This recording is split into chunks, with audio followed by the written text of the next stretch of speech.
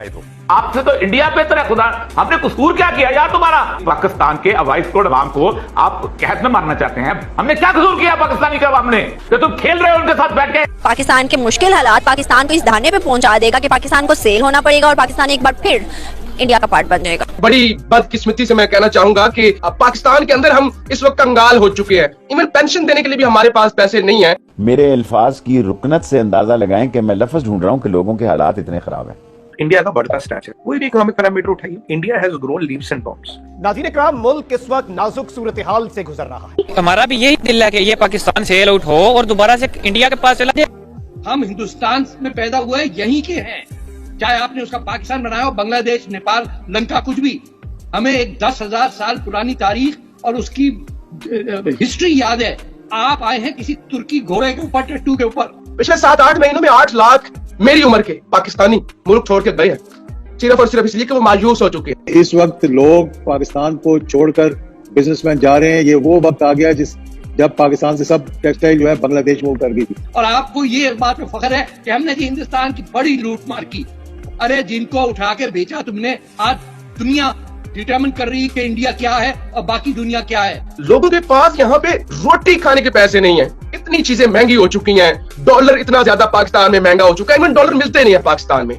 ये तो मुल्क के साथ गद्दारी हो रही है, यानी शर्म से डूब के मरने की है। कि 9 महीनों में पाकिस्तान के साथ जो हुआ है, हम यहाँ पे बैठ कर रोते हैं। एक लिस्ट जिसमें 35 कंट्रीज ने अपना इंटरेस्ट शो किया है इंडियन रूपी में ट्रेड करने के लिए इंडिया के साथ। इवन की लिस्ट में ये बात भी शो की गई है कि ग्लोबल रिस्पेक्ट हासिल कर सकता है इंडियन रूपी। भारत की मीडिया की बात करूँ तो स्ट्रीम मीडिया, सोशल मीडिया, लोग वहाँ पर ये बातें कर रहे हैं, ये कवर कर रहे हैं कि भाई पाकिस्तान के गिरते रिजर्व, पाकिस्तान के मुश्किल हालात पाकिस्तान को इस धारणे पे पहुंचा देगा कि पाकिस्तान को सेल होना पड़ेगा और पाकिस्तान एक बार फिर इंडिया का पार्ट बन जाएगा।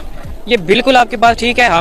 हमारा भी यही दिल है कि ये पाकिस्तान सेल आउट हो और दोबारा से इंडिया के पास चला जाए, तो दोबारा लीडर में चले जाए। इसमें गलती तो कोई नहीं है। क्यों ऐसे कह रहे हो? ये चीज भी मैं आपको बताता हूँ। एक तो आप नॉलेज देख लें पाकिस्तानियों का, तो देख लें, कंपैरिजन किसी किस्म का बनता ही नहीं है। ये बहुत बड़ी बेवकूफी है कि आप पाकिस्तान को इंडिया के साथ कंपेयर कर रहे हैं। आप नहीं कर सकते। अगर ऐसा हो जाता है कि पाकिस्तान इंडिया एक पार्ट बन जाते हैं, तो आप क्या समझते हो अब पाकिस्तान के उठने के चांसेस हैं उसके बाद? नहीं, उसके बाद कैसे चांसेस हो सकते हैं? हमें अभी कोई मिलकर भी नहीं उठ सकते। क्यों?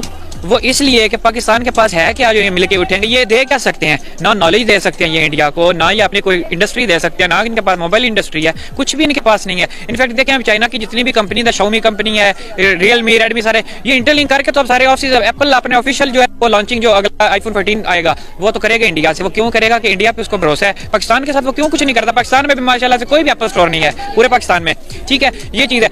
पाकिस्तानी बहुत इस टाइम नीचे जा रहे हैं। और अब अगर लाहौर की बात की जाए, हम जिधर खड़े हैं यहाँ पे इन्होंने एक ड्रामेबाजी बना दिया कि 10 बजे आपने हर चीज बंद कर देनी है। वो क्या है? लोगों को दिखाने के लिए कि यहाँ स्मोक है। ये बेसिकली स्मोक का रीजन नहीं है। ये रीजन ये है कि 10 बजे से काम सही से शुरू होता था बरकत मार्केट इधर लिबर्टी वगैरह में। तो ये 20 दिन के बाद ना अमेरिका को अपना ग्राफ दिखाएंगे कि ये देखें अवाम कितनी गरीब है, भूख से मार रही है, हमें कर्जा दे। वो जब कर्जा देगा तो ये सारा कुछ 16 जनवरी को ये सारा कुछ खोल देंगे। ये इनकी मेन रीजन है। ये स्मोक वाला कोई रीजन नहीं है। ना स्मोक है, ना फॉग है, इधर कुछ भी नहीं है। ये सब जो मीडिया है ना, ये लोगों को गुमराह करने की कोशिश कर रहा है और कुछ भी नहीं है। मैं बात करूँ ना इंडिया और पाकिस्तान की, कि पाकिस्तान और इंडिया को टाइम पीरियड एक जितना हुआ है, लेकिन आज इंडिया को प्रेसिडेंसी मिल गई। इंडिया को G20 की मीटिंग में अगला जो 2023 में वो उनको मिल गया कि आप करवाएं। अगर मैं इसके अलावा बहुत चीजें आपको गिनवाऊं तो सब कुछ इंडिया के पास है।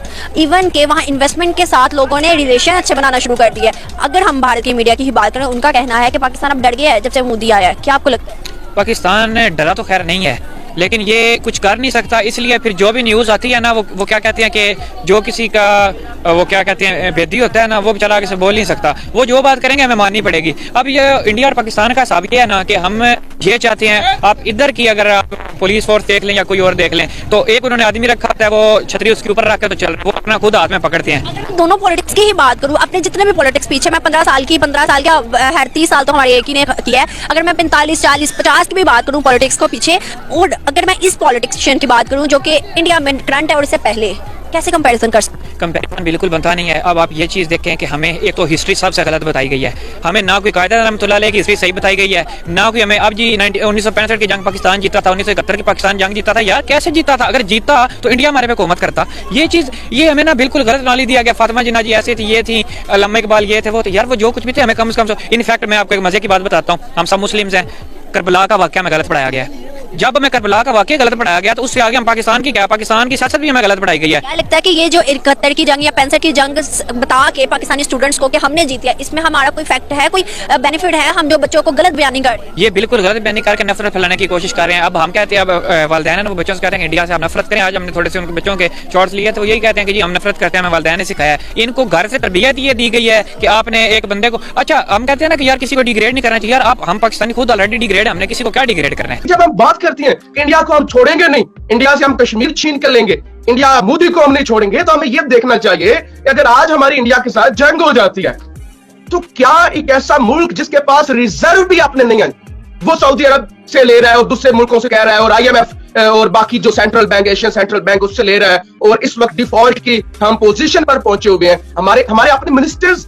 ये कह चुके हैं कि जो पेंशन होती है ना, कि बूढ़े बुजुर्ग छोटे छोटे नौकरियों वाले जो रिटायर हो जाते हैं और उसके बाद वो पेंशन पे अपना गुजारा करते हैं, उनको देने के लिए पेंशन नहीं है। और लोगों के बिजली के बिल इतने ज्यादा आ रहे हैं कि 100 यूनिट इस्तेमाल करता है, बिल उसका पाकिस्तानी को 20-25 हजार आ जाता है। लोगों की यहाँ पे एवरेज सैलरी तो 18 से 20 हजार है ना। तो लोग, हम बात कर रहे थे कि ये पोजीशन है मुल्क की इस वक्त। 8 लाख, शर्मा जी, हमारी ये बड़ी सारी चीजें जो मैं अपने मुल्क की आपको बता रहा हूँ, मुझे बड़ी शर्म आ रही है आपको बताते